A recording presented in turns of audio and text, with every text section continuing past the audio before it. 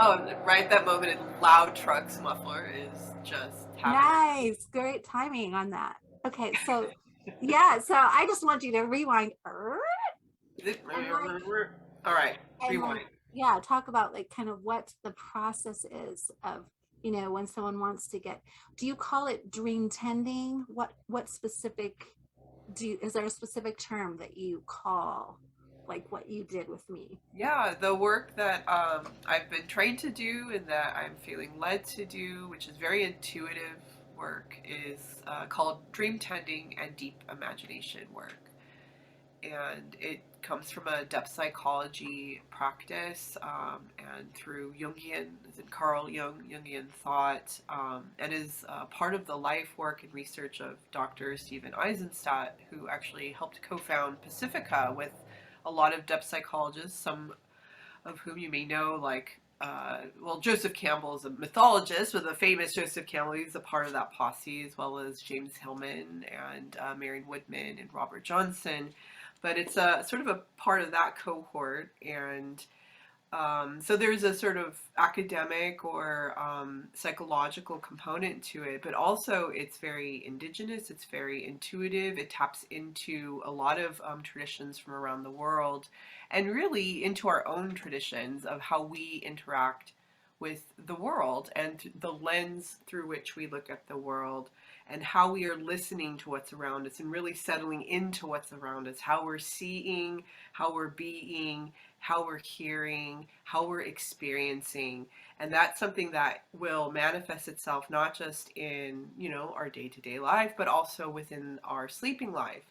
And what it visits us when the body kind of shuts off a little bit and we enter into a deeper state of consciousness, into theta and then into delta, right? And we're very much in a place where our psyche, we could say our soul self, can speak through us and through our lenses of perception that we use in the daytime in a much more direct way.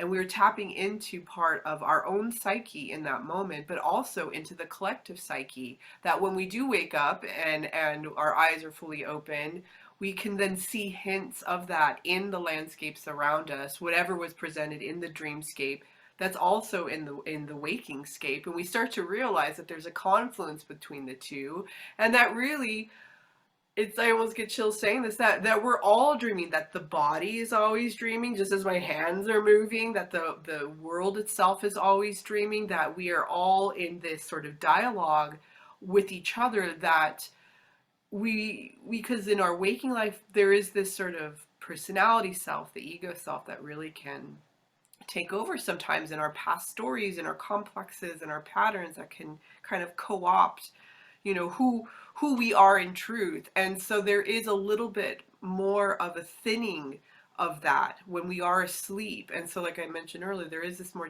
direct contact. And and a lot of people say, yeah, but it makes no sense.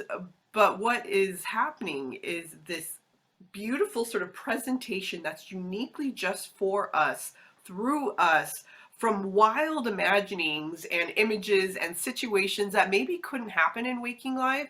But here's the thing, it's really the stuff of fiction. And people say, well, then it's false. No, it's the stuff of the ultimate form of creativity. It's creativity itself expressing itself through you in a way where finally you can get your thinking mind that's judging, criticizing out of the way, so you could just experience it in the dreamscape. You're kind of like, it's almost like you're sitting there and it's like, all right, you're not going to let me do it when you're awake, so here, when you're asleep. And of course there, right, there are. I love what you're saying, and I can see like how passionate and excited you get in it because there's like a whole movement involved in it. Like there's this kind of energetic life involved in it. Like, and I hear you say, yeah, people say, yeah, but it doesn't make any sense. But if we stay with it long enough, for me at least, it seems it makes more sense than real life. In Yeah, life, our brain tells us how things work becomes pretty stale, and we can see the box for what it is, yeah, like the box being, this is how things work, this is how I was told they work, this is how I'm making my world happen. And it kind of breaks through, I think, the the imaginings that are quote unquote reality is the only real, and that's what we have to trust, that there's something much deeper, that we're much bigger and larger than that. For me, Yeah. that's my experience with it, and it's Yeah. a beginning of to trust something deeper rather than Yeah. the logic mind saying no, this is how it has to be, you know. So Yeah, yeah, and the logical mind that really is just a conglomeration of patterns from our childhood and from fears and experiences that we had that we're really living our lives from. That little wounded 5-year-old, that daddy yelled at and was told that you're only, worth anything to me if you make a living and you have a certain life, or whatever the trauma was, whether you were beaten or there was even sexual assault or something just horrible, and you're living your life through protecting yourself and saying, no, I should do this, and the world actually agrees with you. Yeah, you should do this, in fact, yeah, you do need to make enough money. Yeah, no, you have to get a job. Yeah, it has to be 8 to 5. Oh no, if you wake up this time of the day, you're a bad person. If you go to sleep at this time of day, you're a good person. And so on. And we are living in this sort of prison of shoulds, and we're shoulding ourselves to death. And when you surrender to something that actually doesn't make sense, like a dream, at least you think it doesn't make sense, like you said, it actually starts to make a little bit of sense when you allow somebody in, like me, somebody who can sit with you and hold space for the dream that's coming forward.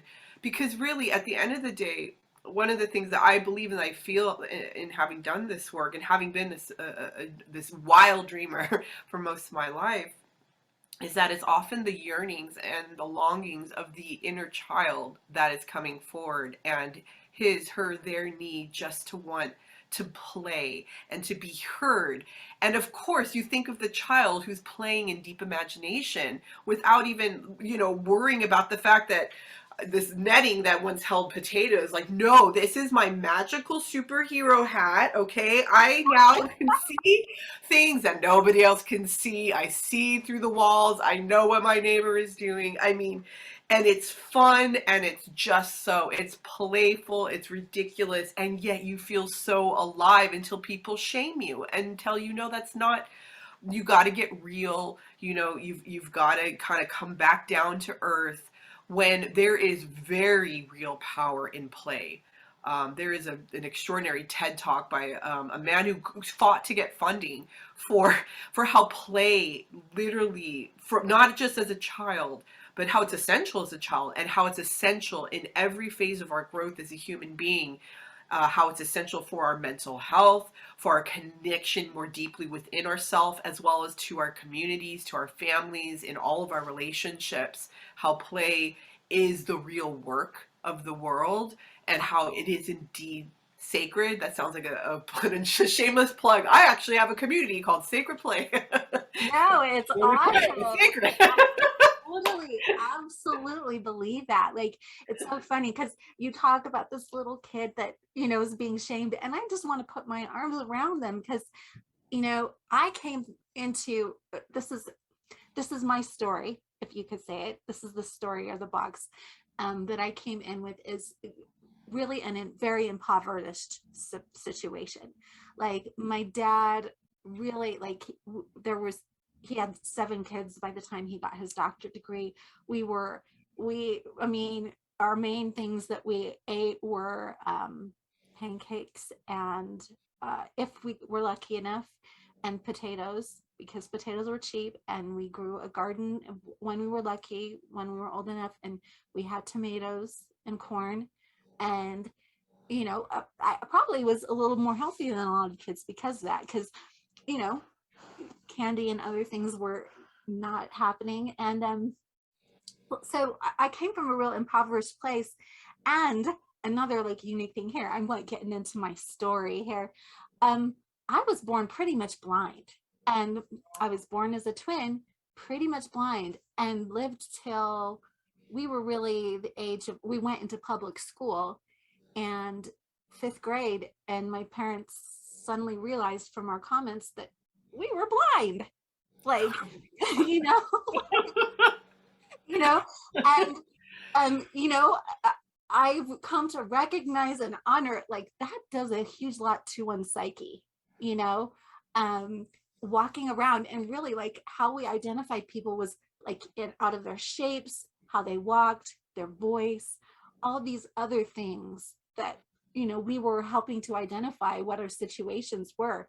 So, you know, the moment I got glasses, we were walking to school and I looked up and I was like, oh my gosh, there's leaves on trees, and like there's like individual blades of grass, you know. It was like this huge revelation of like the detail and beauty of life. But I don't think I was very present at all, and I didn't play very much as a child. I don't feel, and in that way I felt like I really didn't have a childhood. Now, right now, like I play so much more than I ever did as a child. And there's, and thus I feel alive, like way more alive. Like I'm really present, I'm really here. And I think like play that's connected to the body, that's all of it's connected together, is so important, because I really like, I was like way off in the ether most of my childhood, and not whatever was transpiring, if there was play happening, it wasn't connected to the body. And so I think it's such an opportunity to like connect it together. Like, and Yeah. the Yeah, light. that is so sacred and so beautiful. Thank you. Thank you, number one, for sharing that. And for also tying in the inextricable, is that the right word? No, the undeniable and most seminal importance of the somatic experience of dream tending, dreaming, of playing, of the body, of realizing that it's all play, it's all dream, and that we just try and pretend it's not in this waking realm, which is really what's going on here. And that when we're dreaming, we're actually the most awake, and we're actually being offered these insights into almost the cosmos and into ourself and into ways that we can expand ourselves, and portals that are entry points and gateways to do that. But to begin this whole journey and process, which again, I mentioned there is an indigenous component to this. There are elements of dream tending and deep imagination work that some could call shamanic journeying or a type of journeying. But really, it's something that you don't have to term it that. It's you could say active imagination. It's really just listening to your own body and to where your own mind and your own experience wants to take you. But it has to begin in a very grounded place within the safety of the body and of the space itself. So it's really critical to curate this safe space that we call a temenos, which is essentially a Greek word that means just kind of a safe container, you could say, is a very, very loose translation of that. I often light a candle or do it imaginally in a space like where there's fire risk and so on. I lit an imaginal candle in our case today. And I create, you know, in different traditions, you can create sort of a circle, as it were. You know, I invite in sort of a protective space for myself and the person I'm coming into space with. And then as we're going to begin the process, we did our process a little bit differently because it just kind of came about organically. But I think we had already grounded into sort of our bodies and into each other. We kind of had, just like when you're playing sports or going to work out, you need to kind of warm up before. You don't just go into a full sprint, right? You want to do some Yes. stretches. So it's so critical when about to do this work, because it is in point of fact sacred. You really are tapping into a much deeper part of yourself, and you want to honor that. You want to honor whatever's coming forward by sitting still. So normally I lead the person through breath work, some type of pranayama. I've been training in yin yoga and a much more gentle form of kundalini. So there are kriyas and types of breaths that I can lead the person through, and a little bit of guided meditation. Something as simple as just sit in your chair, let your shoulders drop down away from your ears, close your eyes, put your hands on your body, on your thighs, feel your feet in the ground. And you're doing it. Look at this. We can do this. Yes, exactly. You just start to soften the breath. Let yourself feel even just 5% more comfortable. Notice the space around you. Feel your feet on the ground. Feel your hands on your legs. What does your body feel like? What does the air feel like around you? Notice the breath going in through the nose, down through the body, out wherever it wishes to leave.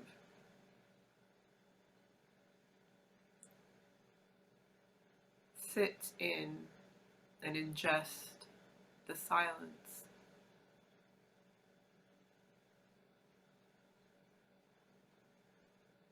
Know that you are safe in your skin, in this body that has taken you for so long, through so many places and spaces, and held you. Thank those lungs that have let you breathe for so long. The air we all breathe that has kept you connected to not just your body, but the world around you. Thank your heart for how it beats and you don't even have to think about it. Your body is beating you, breathing you, pulsing you, letting the life force flow through. You just receive it. And your beautiful feet that walk you to and from, on the earth, on the ground, have like the tree roots through the 72,000 nerve endings that are there in the feet.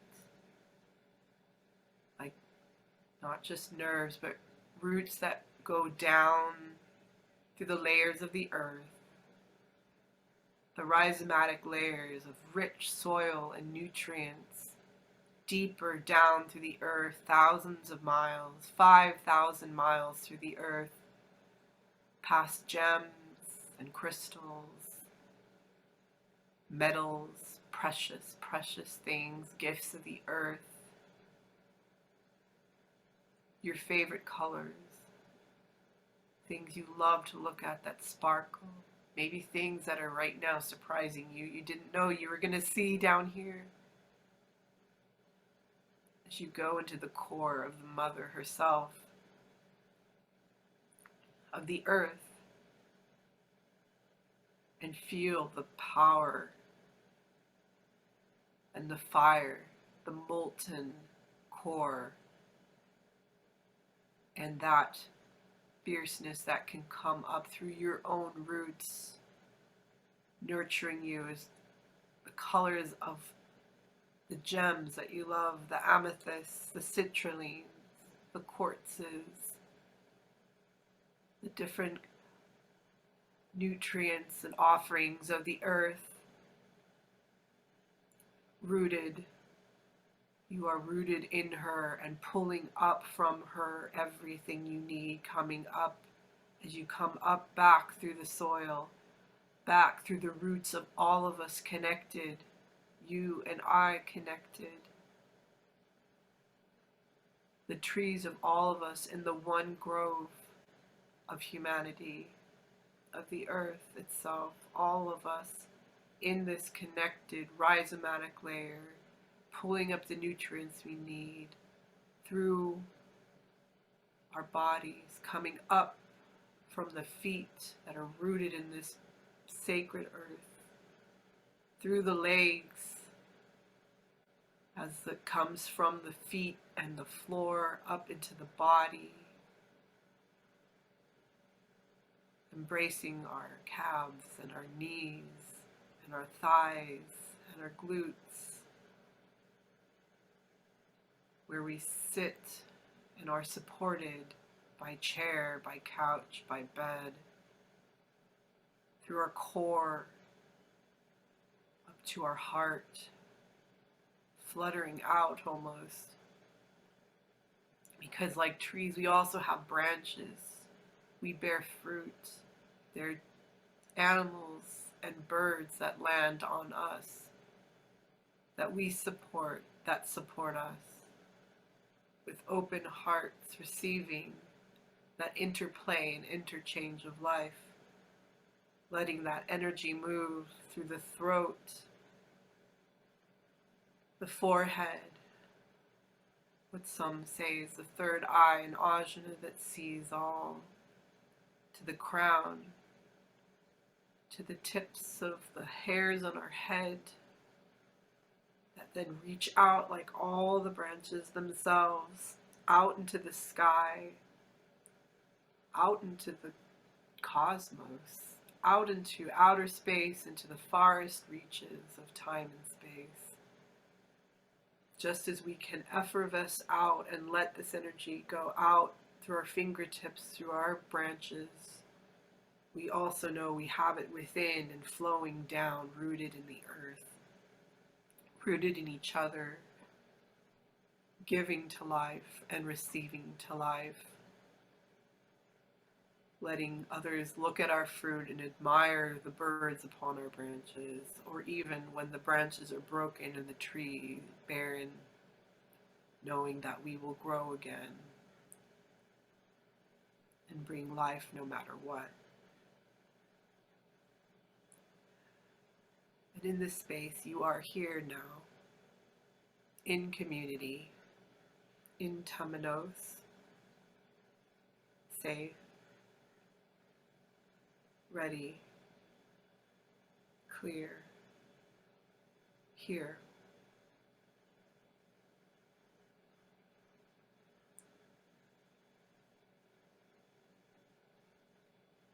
Letting this settle in, you can let your body wiggle a little, your toes, your feet, moving, feeling breath a little less shallow, a little fuller, present, warming up. You're in the space.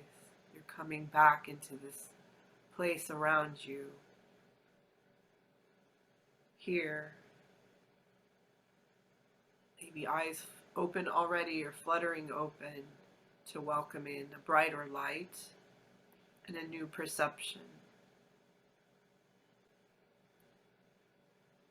As nature, seeing into nature and the nature of things.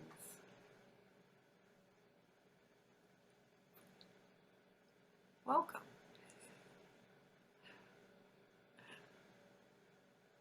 Thank you. I love that. So that is how one of many examples and ways by which you can ground. I'm curious though, and curiosity is the most important part of this whole process of anything in deep imagination, in dream, and I think in any form of play to engender art at the most beautiful level. I'm curious if in this moment of grounding, if you would like to share what's come forward from the dream tending we did, or last week and the 7 days or so you've spent with that dream and what came out of it, or if there is something else that is coming forward you'd like to share. Yeah. Well, I just thought how that arose, that first session was just beautiful. I've always, dreams have been powerful for me, and I've always felt really connected through them. And so when I gave a thorough description of it and you started leading me into this, it was only natural. It was like my body was saying, yes, this is exactly what I want. And I feel like it was just like the beginning of a journey. And I don't, like, when I went back to revisit, um, what was really cool was, some something that I've experienced is like I have the intention, okay, I'm going to visit, and it's as if it knows my time schedule. It's like, okay, and like maybe I have a meeting at such and such a time. The session ends and pulls me out exactly within like a minute or two of needing to be at this meeting that gets to happen. Wow. Or if I have a group meditation that I've committed to be with, or whatever it is, like it's like it is so connected, nothing is not known, and whatever gets to occur is okay to occur within that time. And and it's really cool to feel like the actual sensation of being, what I feel like is being pulled in. It opens, it's just like opens. And like you said, it's a kind of listening. It's not something that I have to work for, Yeah. right? And if I'm working for it, that's a sign that my mind is trying to do something Yeah. and it's actually blocking the experience, right? And Yeah. so it's not something the mind has to work at. It's something that it's listening, as in my whole body and soul listening, like not only my ears, if that makes any sense. So Yeah. there was a question that I had though in this, is that is, do you consider this there to be a differentiation between this and just channeling in and of itself? That's a very good question. And the best way I could answer that is I have actually channeled and worked. That's how I, through this process, I discovered a passion for painting using largely acrylic paint. And I do it through this form of listening, but certain, shall we say, beings are present, and I'm very much working with it, them, him, her. Sometimes I don't fully understand what is happening, but it at times they are revealed, and it is very much one person, or entity or being or essence, love, mothering. You know, Mhm. it's not 100% clear all the time, but with dream tending, it's a little bit different in the sense that it's not typically one person or being or entity with which you're interacting. You're tapping into the fact that, like Native Americans believe, and a lot of other indigenous cultures, that everything is animated, everything is alive. Yeah. Even this toilet paper roll, because I'm a little sick, I've been a little sniffly, it's alive. I love that. Here's my And tissue. vibrating. Yes. And on a, that can sound kind of esoteric, and maybe too much for some people to understand. You can also look at it at the simple understanding of everything is vibrating with a certain frequency, a certain energy. Everything is a waveform that is actually now very basic science, maybe not in the 1960s or, you know, early 1900s, but right now, circa 2022, that's pretty basic science. And as such, even an inanimate object has some type of energy imprint, right? And has a certain aliveness about it. When you start to enter though completely into the imaginal realm, what you start to witness and understand, and this is probably the most profound aspect of it, is that everything actually is ensouled. That everything has soul and is Mm. alive. And the work that dream tending does, and that Jung certainly explored through the Red Book, which, you know, he never told anyone he was doing. That came out after he died because it was too radical for his time. But you start to go into these landscapes and you start to watch things animate. And then the step beyond that is that they're not even animated and kind of bouncing around your mind's eye when you're doing this work, but they're illumined from the inside out. Mm. So they Yeah. are fully fleshed out and Yeah. formed. And that when you dream, in fact, everything coming forward, down to the color, to the emotion, to the texture, the smells. Because when you start to dream tend, they're fully alive, these landscapes. Every infinitesimal aspect of the landscape, of the beings, of whatever is present, no matter how bizarre they might be, or even nightmarish, they are fully alive, and they have the spark of infinity within each of them. And guess what? It was all curated. This, however completely strange it is, for you. And here's the even more magical part, and I have all these tingles going all over my body, is No, that it I love that wasn't you're just, saying the word magic because that's exactly what it is. I feel there's so yeah, many different forms of ways of using yeah, magic. This is a beautiful one. Yeah. yeah. And it's not just curated for you, you could say by psyche, and some people could swap that and say by God, or by the infinite mind, or the infinite consciousness, or, collective consciousness. But it's actually curated by you, because it's coming through you. And this is where it can go back to channeling, because it's like you're a vessel through whom these things can flow. And that is in part why it is really important to create safe space, or temenos, because not to say that there are these insidious forces that want to come around, but we're tapping into something so infinite and so much for us to handle. And there's a lot coming through. So we want to make sure that we are mindful, and we're setting an intention of doing this with care for what we can handle, and and for what the body it can, whatever its capacity is, and letting ourselves know that it's okay to tap out, and also respect the fact that we don't fully understand what's happening, right? And we are in the unknown, but we're witnessing these things come alive. They're ensouled, they're dancing around, they're illumined, their eyes are on fire. We're seeing like the love of our own mother in them, and it's illuminating something, and it's so, they're so very much alive. And we also want to have a deep and profound respect for what that is, for what we're tapping into.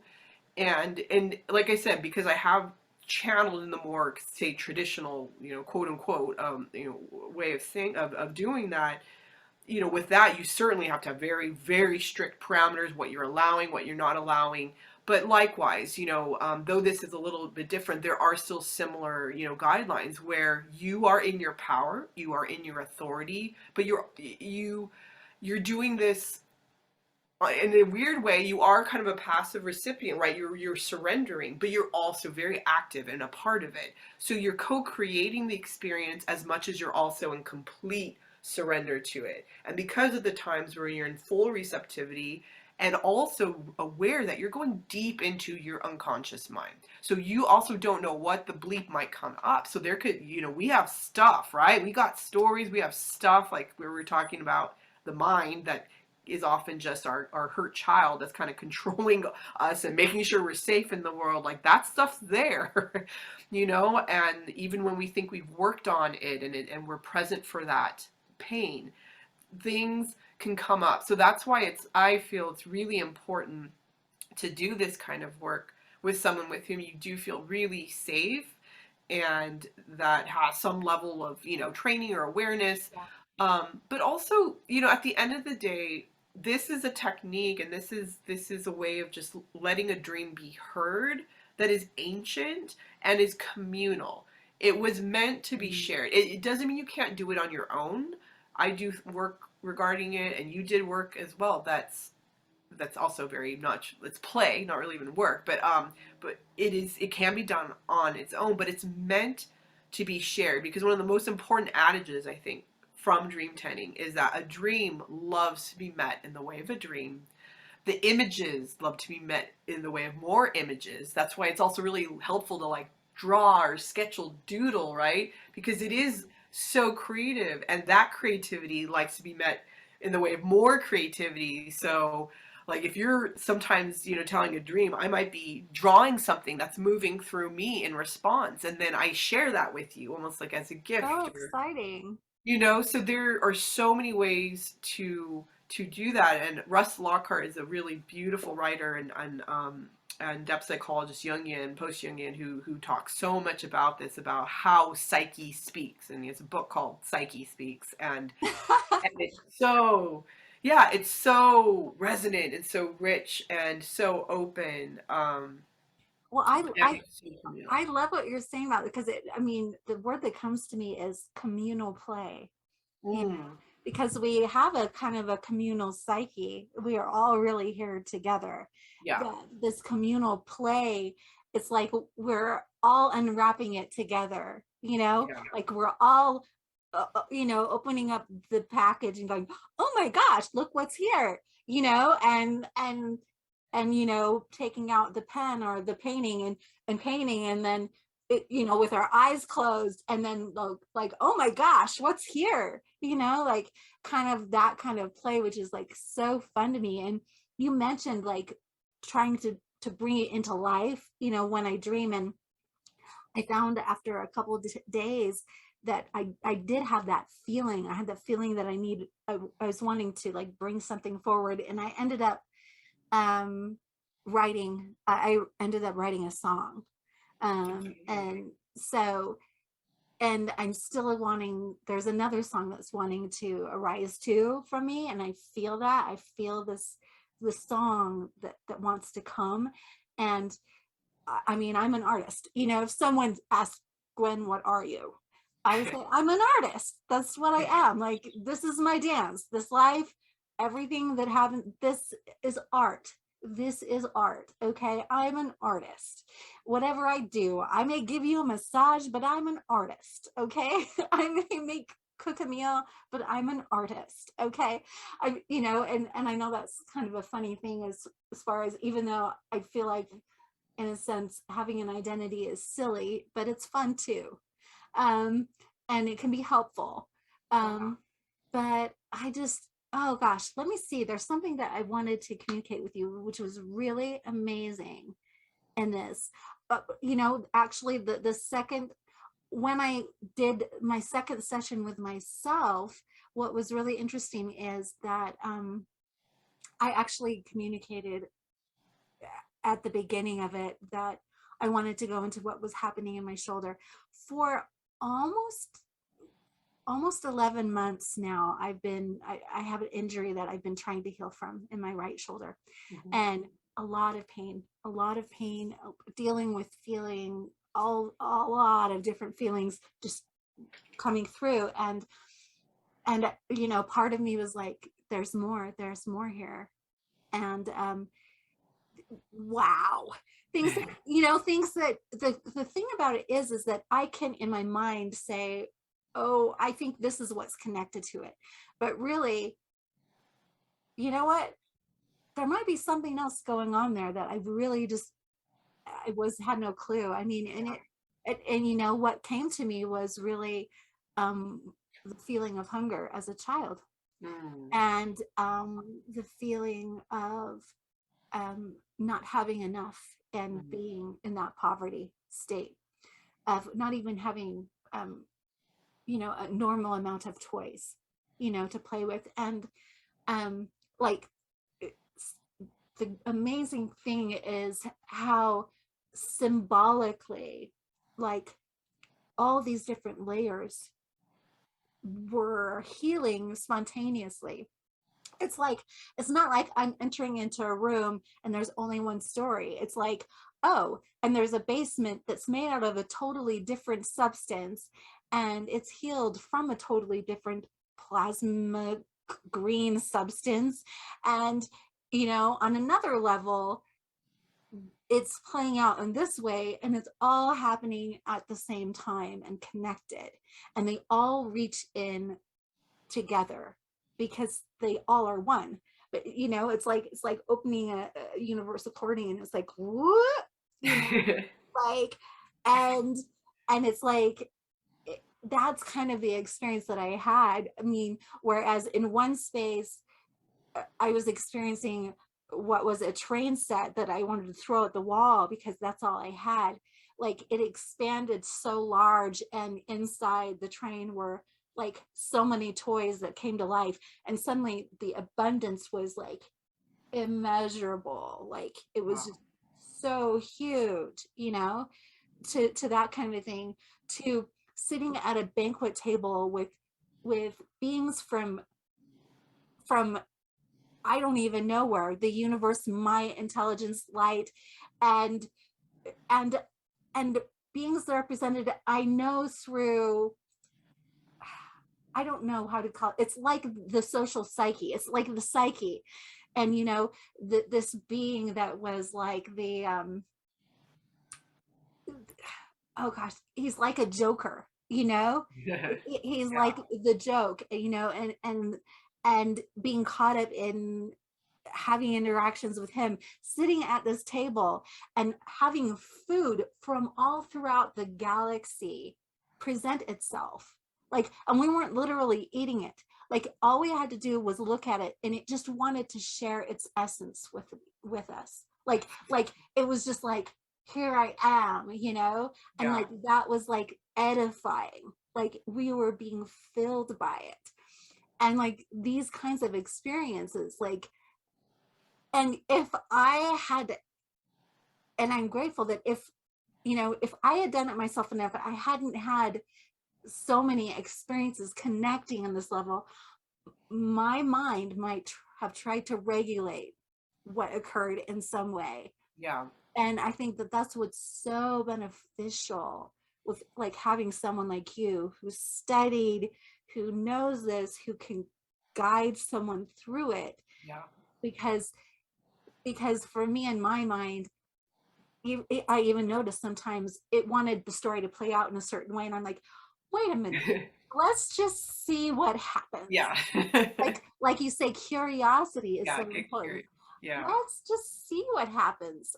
Who knows what this giant is going to say to me, you know? Like like at one point he Yeah. laughed and he's like, leave it to a human for me to be able to appear in this hall, you know, because it had been shunned from all these spiritual beings, and it had this, you know, human like covering or whatever, you know, Yeah. in order to interact as humans. And he's like, ha, leave it to a human to invite me to the table, you know. You know, and it was just hilarious, but so great, such a great thing. And I started as I was, you know, there's a lot of symbols that were occurring in that dream, but then, you know, 2 days later, you know, me being in a place that was really, I felt like just me connecting spirit to spirit with actually another life that I've had, and that I've connected with before.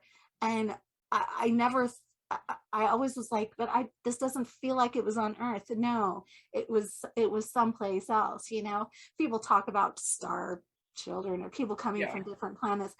I mean, I've, you know, there was one where I connected in with my sensation of being a mermaid or a siren. I have a real deep connection with that. I've experienced that many times. And actually being able to breathe, and like I have gills all over my body, you know, like this new sensation of breath being able to come through my whole body rather Yeah. than like being connected to only these lungs, you know, and like what that sensation really is. So like it's just amazing, like the variety of what can appear, and like how I experience it. So yeah, Yeah. it's just really amazing to me. Yeah. It's infinite in its variations because it is what the universe is. It is infinite.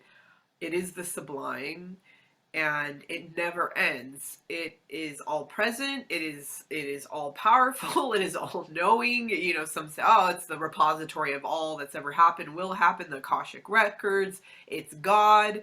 It's creativity. I mean, I really feel like what is God, for lack of a better word, what is source, the source of what is all, what we all are, is creativity, is therefore play, is, Yeah. you know, speaking of channeling, the channel, you know, Esther Hicks for Abraham Hicks, and it's all just supposed to be pretty damn fun, actually. It's supposed to just be one thing that's like, whoa, yeah, and you expand and grow, and there may be pain, of course, and difficulty. You're like a little lost and what confused, but then you're like, whoa, over here, and then because you're not attached to what happened over here, but you're like, whoa, look at that, and it's endless and infinite, and you're like, but then it's also endless and infinite, and there's this thing, and then that thing, and you build this beautiful momentum.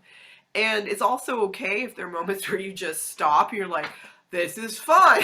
I need to take a fun breath and breathe in the fun, out the fun, maybe get a cold or a flu and take some rest from the fun Yeah. and then go back to the fun.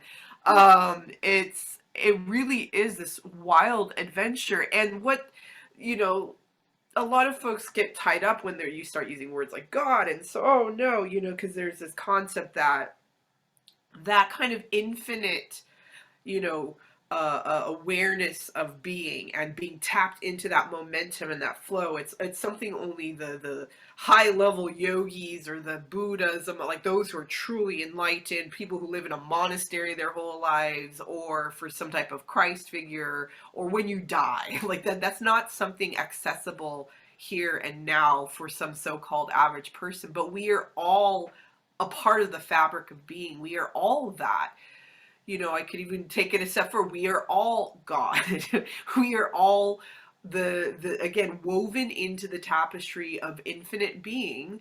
We are individuated aspects of that eternal consciousness.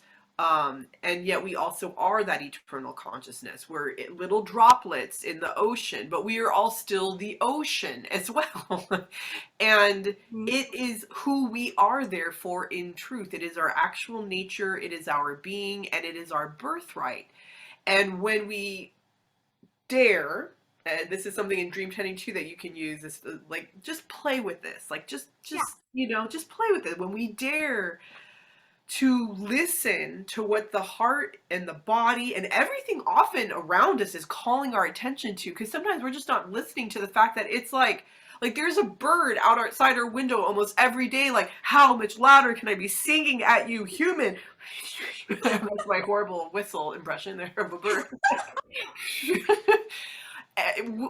Because that's the sort of universe somehow screaming at us, but we weren't even paying attention. Because it's like, okay, your job going to shit wasn't getting your attention. The pain in your relationships were getting your attention. The dreams were becoming nightmares, not getting your attention. So, and here's this bird, when really your heart is like, I used to sing and I want to sing again, and it takes what it needs to take for us to realize that everything is actually conspiring not against us where we need to be paranoid, but for us, like Rob Bresney, in a state of pronoia, where it's not paranoia, it's like everything is actually conspiring for our highest good, because this is our birthright. When we follow that and when we listen to that and we finally just say, okay, normally it's like, I've had enough. I can't suffer anymore. I'm done. I'm done. I give up. And then it's like, finally, you're letting me in.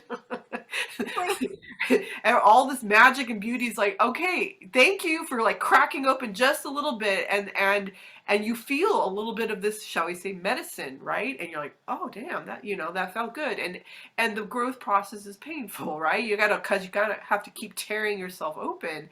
But the more you hear that, the more, again, like Abraham Hicks says, the more there's this momentum, and the more that you realize, who you are, where you are, and that joy really is who you are and is your birthright. That magic, that creativity, and you don't have to grab onto it and feel attached to it, because it's infinite, it's endless. There is an endless, because it's here always.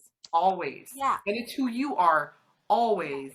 But it takes a lot for the mind sometimes to try it, because it wants to wrap itself around that. It's like, no, this is so infinite and big. You don't want to wrap yourself around. You want to merge with it and kind of flow into it and allow it. And that's hard, because we have been trained and we have gone through pain and we've had traumatic childhoods and things have happened. The society around us is often quite traumatic, or we see things that make us want to constrict and say, no, this is too much and too big. But the beauty of it is that, as you well know yourself, Gwen, is that the more we start to allow that light, that love, that play, that creativity, that unknown in, the more the world around us finally starts to look a little bit more fun and magical and playful and safe, and the more powerful we feel. And it's these steps, and the more we grow, the more we grow. And I don't know if you want to share more about this, but you mentioned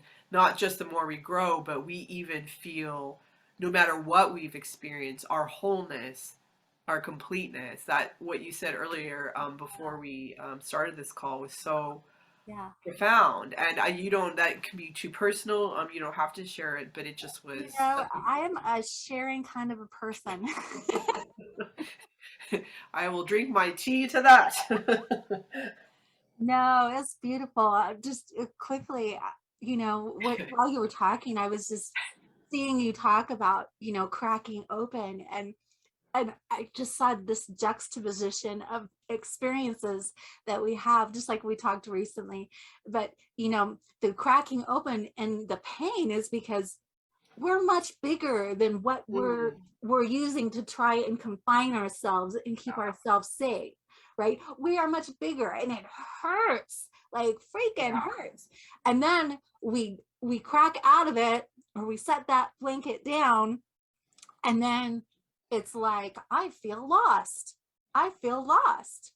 I'm so much bigger now. I'm so much bigger now. And like this kind of juxtaposition of the uncomfortableness of like, being so much bigger than what we're trying to like contain ourselves with. And then actually letting that go. And then there are these moments of just feeling discombobulated, not knowing an answer, which is awesome, which means really everything is possible. Anything is possible. And we get to learn how to like inhabit that flow of like having this objective body and yet being a part of that, of anything is possible. So for me, play is like so important. But anyways, okay, sharing. um let's see. Yeah, one my dream, okay, like sometimes I do questions to like how much I want to share, but let's see what comes out of me.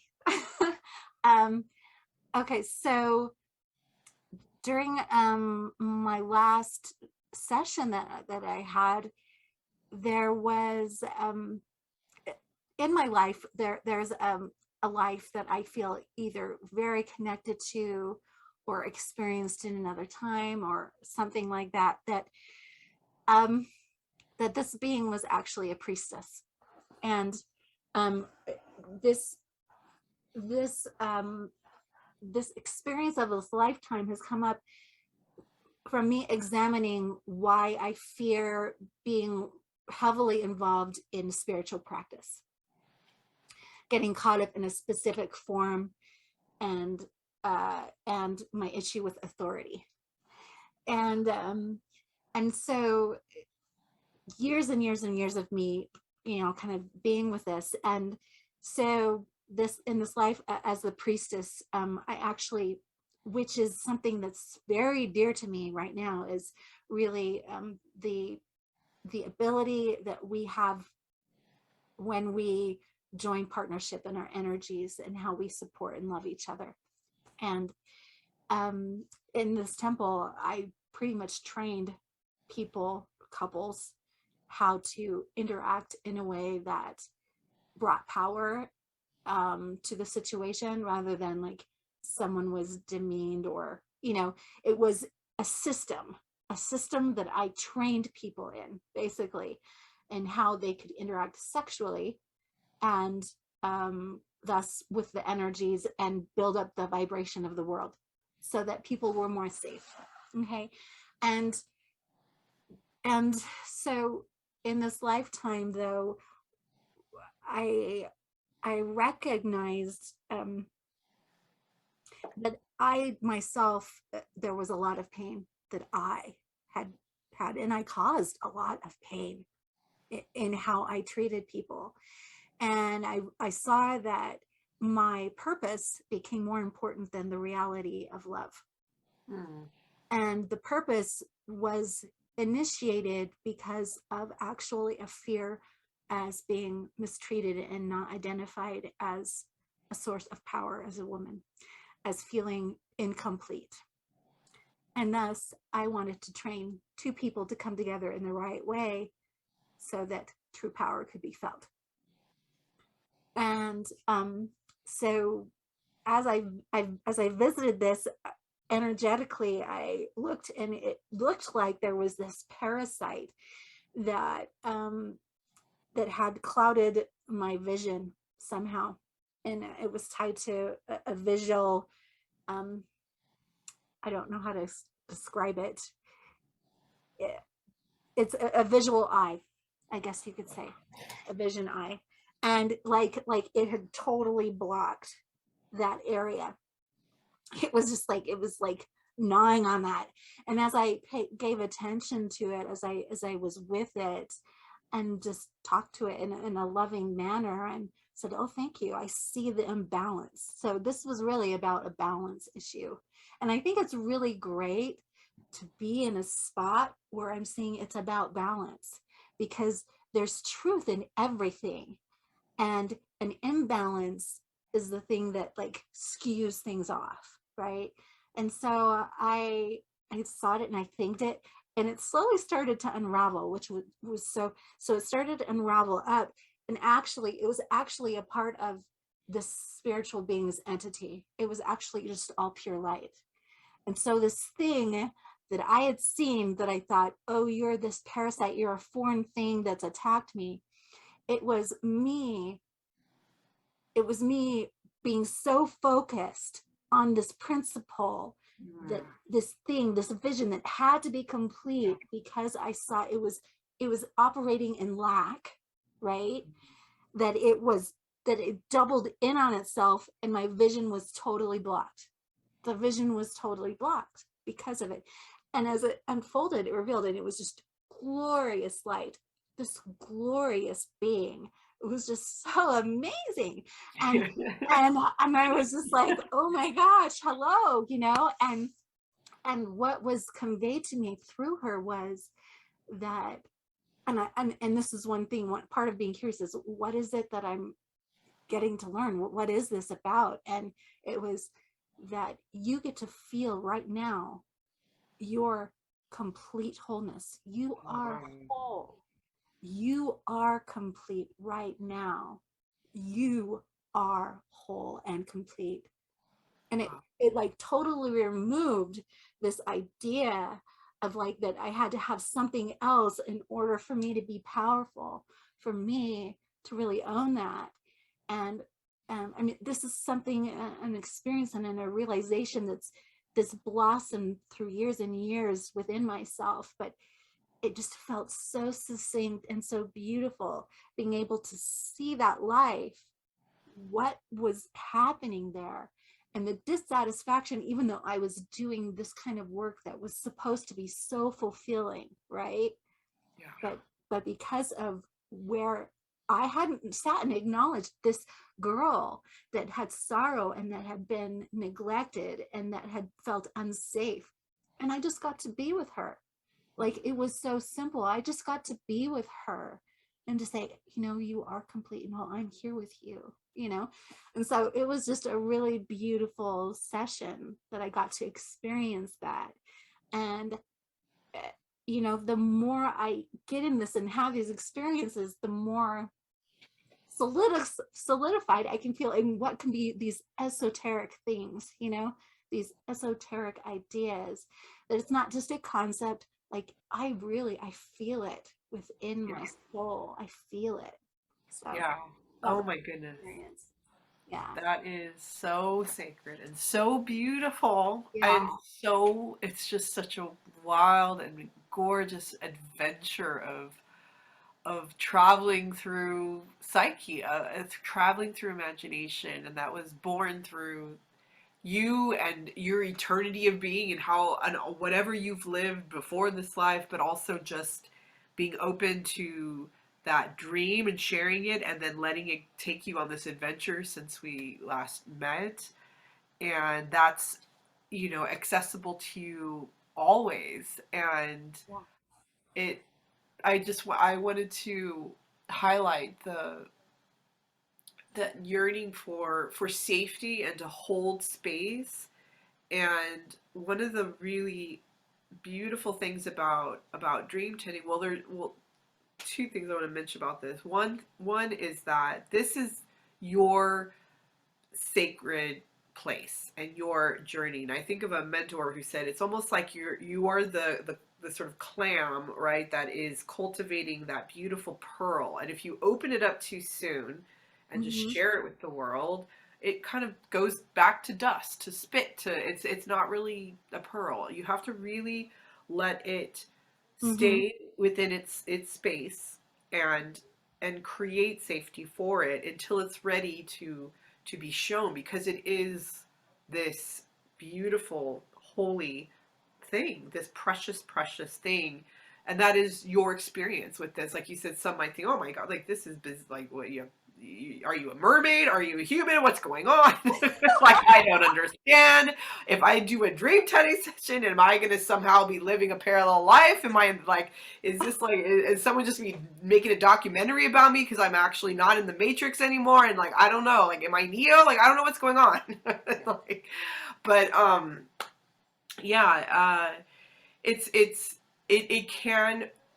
it can really blow our minds. And I have to say to that, like, this is the repository of creativity. So if you're wondering where those novels come from that are just as fantastical, or movies or poems or songs, etc., even Miley Cyrus, when she went through a period of not being able to sleep, was like, this is torment because I can't dream. And that means I don't have something from which to really feel filled with this kind of chi life force that helps to like, water the plants of my creativity. That is my creativity. It was like her creativity or imagination, they were stolen from her.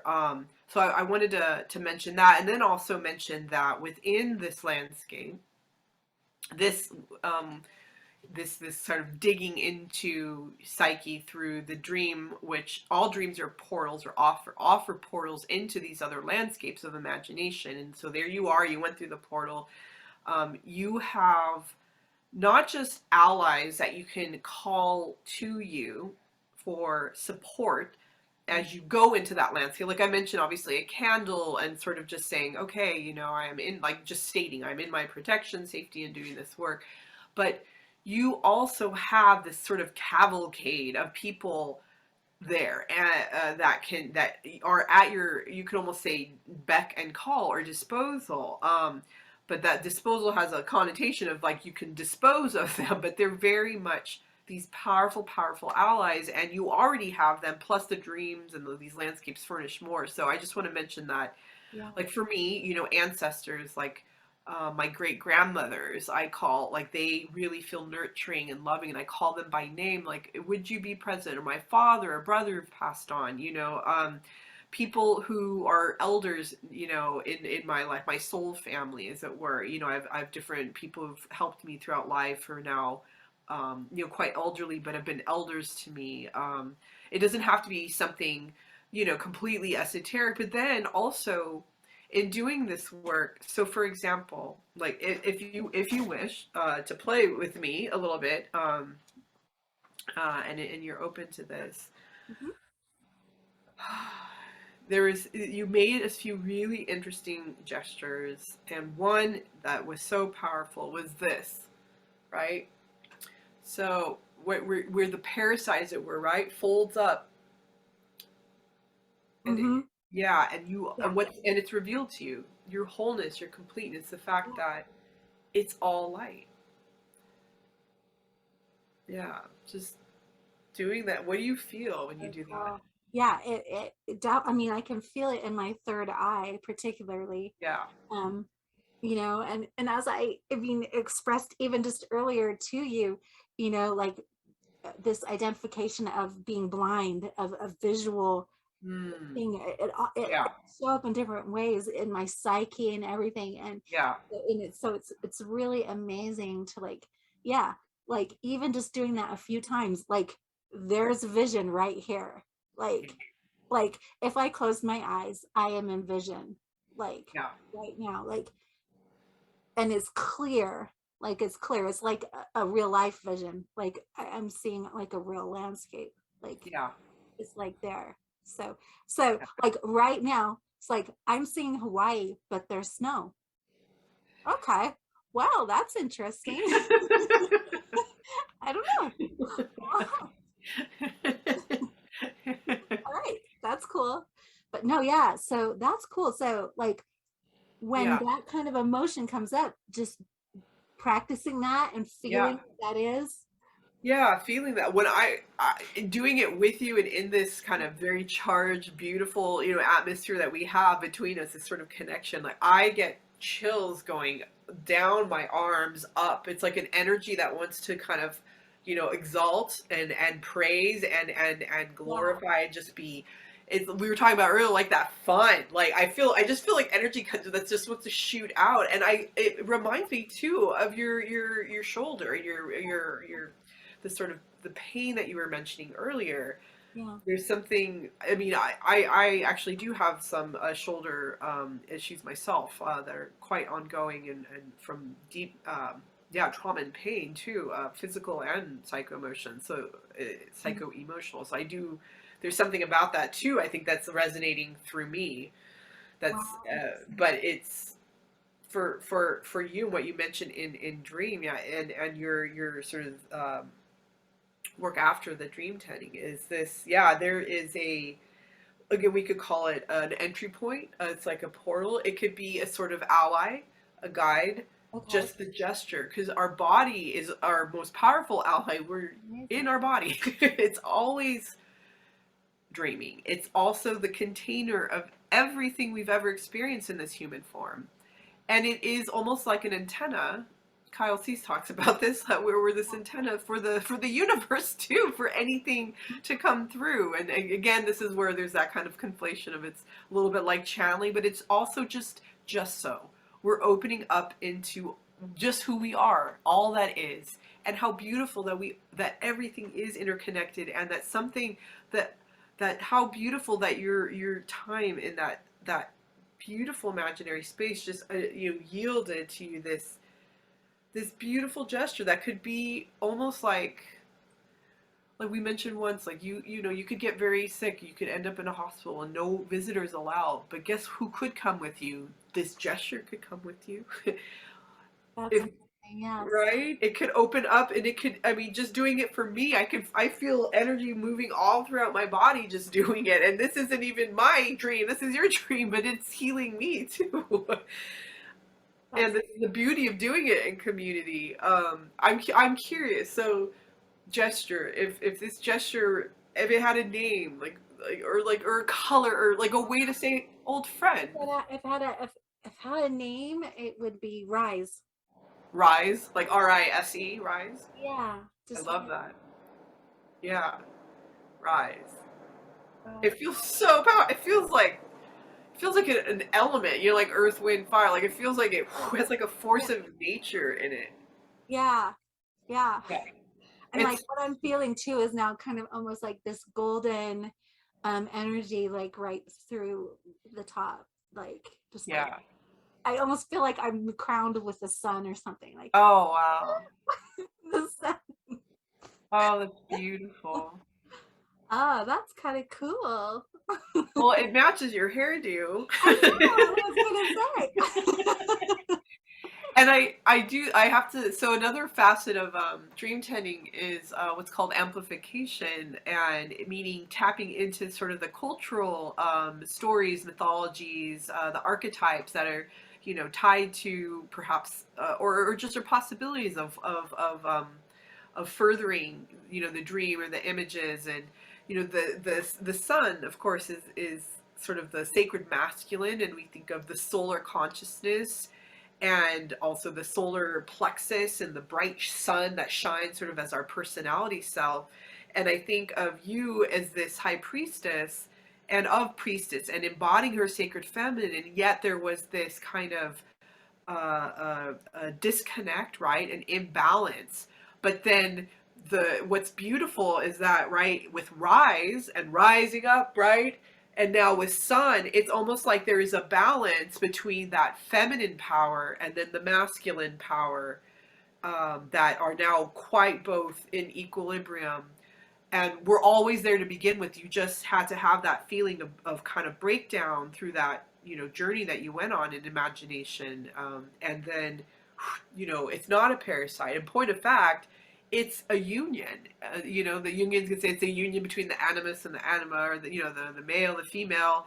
Um, but it's just the union of your parts that are whole and always were and always will be. You just had a little bit of a vision issue, right? Just a perspective issue, which kind of links back to what you were saying about that childhood blindness and lack of vision. When in point of fact, I have to say, Gwen, I've done a fair amount of dream tenting now in the last few years, and I've never ever done a session with someone who imagines and sees so clearly. Your sight and your ability for insight to internally view and to perceive is profound. It is on a level that is so expansive, and you're tapped into the artistry of all that is, and to your own artistry. And I think if there's sort of like an intuitive offering that's coming through me for you throughout this, is really just to explore more ways that your own art that's flowing through you, that you feel called to do, can come through, even in ways that are unexpected. Like, even take time to journal, like what that might look like, or just explore, like listen, like if something suddenly grabs your attention, even something as silly as, like, I don't know, walk into a video store today, like a DVDs, whatever, like, wait, what? And then you're like looking at it, you realize, oh, I'm gonna like buy old DVDs, and then I'm gonna like take the plastic and make sculptures. Like, I don't, you don't know where that could lead you. Um, but because art expresses itself and creation in countless ways, not just obviously in the visual arts, or in writing, or in photography, or so on. It could be in the ways we do business, or talk to other people, the art of conversation. I mean, it can be the art of silence, creativity of silence. I mean, it is really all that is. But I just feel you are tapping into these levels of your imagination that like I said, I've worked with some extraordinary people, and it's just really remarkable how fertile, basically fecund, like so Renaissance, fecund, like Shakespeare. Yes, I have fertility issue. You are so fertile. Go out and populate the world with your art. You have 4 children that came out of my loins, so I'm getting a hot flash from that. Oh my god. no, I like so appreciate your words, because a part of me, I actually had a dream that part of it during this week was kind of ironically death, kind of mimicking, saying that I was just mimicking people that, just get real with it, Gwen. Like, if you're gonna do it, like, really do it. Like, be you, Gwen. Yeah. Like, don't stop trying to mimic other people. And but this is gonna, I'm gonna look at you and say, this is my art right here, me with you. Aww. This is the art. This is my art. And the more that I come and find and attract people who are willing to play and be unabashedly, like, look like a fool if need be. Holler. Like, for me, there's a certain beauty and power in actually like recording, like a voice recording, or video or visual, because it I know that whatever occurs spans space and time, but it offers a conduit of expansion like none other, where people can interact with it at any moment in time when that is perfect for them, right? And it's there present for them. And so people being willing to do what you just did with me, like, is my art. That's what brings me joy, you know. so people willing to just say, okay, normally this might be embarrassing, or but they're, because they know what this is all about, they're willing to say, hey, it's not about me, right? Like, this is about me, but it's not about me. Like, it's not about me. It's about all of us. Like, Yeah. and like being willing to like step into that, like that's what makes me go, yeah, like that's the juice. Like, that's the That's very juicy. yeah, so juicy. Succulent. So yeah, like I'm I encourage myself, and I thank you for encouraging me more to continue to step on that edge, Mm. continue to allow my exploration of all these forms of sound, of color, of story, of music, of visuals, to come together in whatever unique way they get to, whether it's, like saying, telling 5 people, come here, we're all going to interact, and I don't know what's going to happen, but it's going to be cool. Like, the idea of that is just so amazing. The idea of having enough friends who are creative enough that we could get together on a weekend and make a film, and we Yeah. don't even know what it's going to be, but we Yes. all have enough creativity and availability within ourselves that we can do it, and it Yeah. comes out in its beautiful art. Like, Yeah. that to me is like, oh, like, awesome. Like, you know, so yeah, I get to continue. I get to, let it happen. I get to step out. So I appreciate the encouragement.